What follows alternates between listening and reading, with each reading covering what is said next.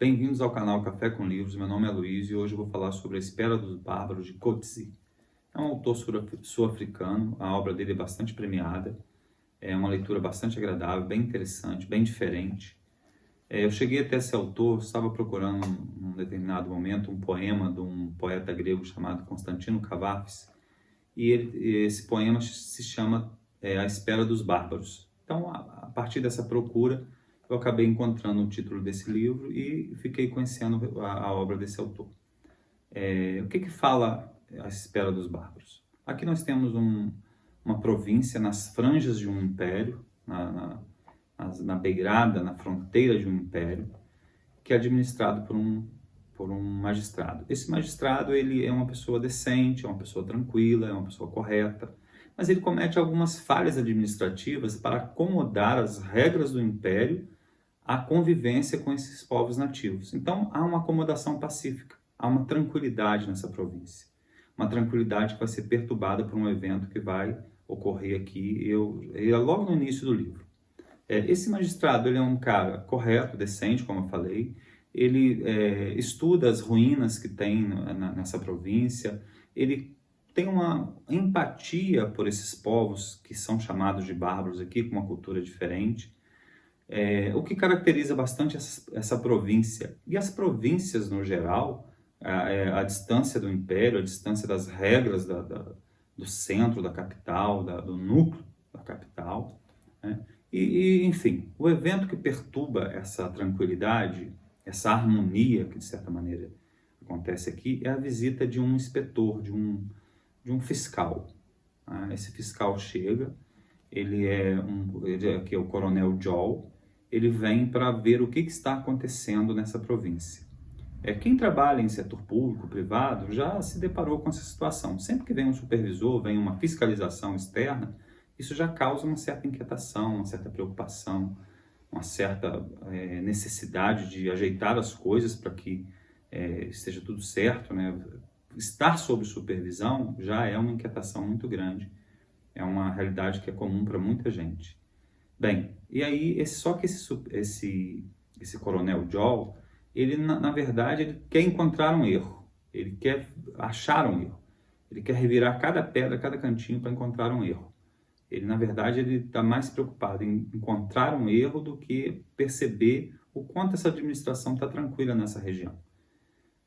Talvez por uma questão de carreira, por ser um carreirista, né? Ele está preocupado em encontrar um erro e consertar esse erro para ganhar pontos com a administração. Então, ele diz que ouviu rumores de uma inquietação entre esses bárbaros que estariam planejando um ataque, e o magistrado vai dizer que isso não acontece, está tudo muito tranquilo, mas ele insiste em procurar essa inquietação.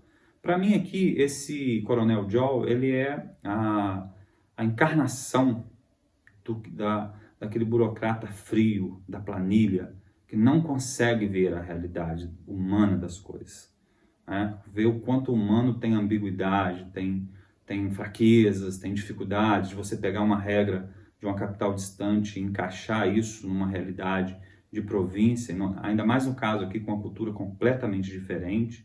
Ele não consegue entender isso, e eu acredito que os óculos escuros que ele usa e que chama muita atenção, principalmente do magistrado, simbolizam isso, a incapacidade dele de ver a humanidade dessa realidade da província.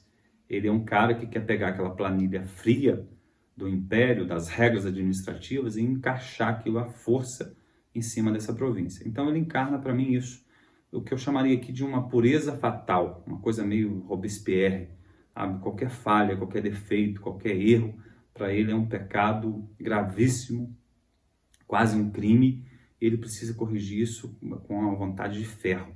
Então ele vai começar a revirar toda essa realidade para encontrar falhas que existem aqui.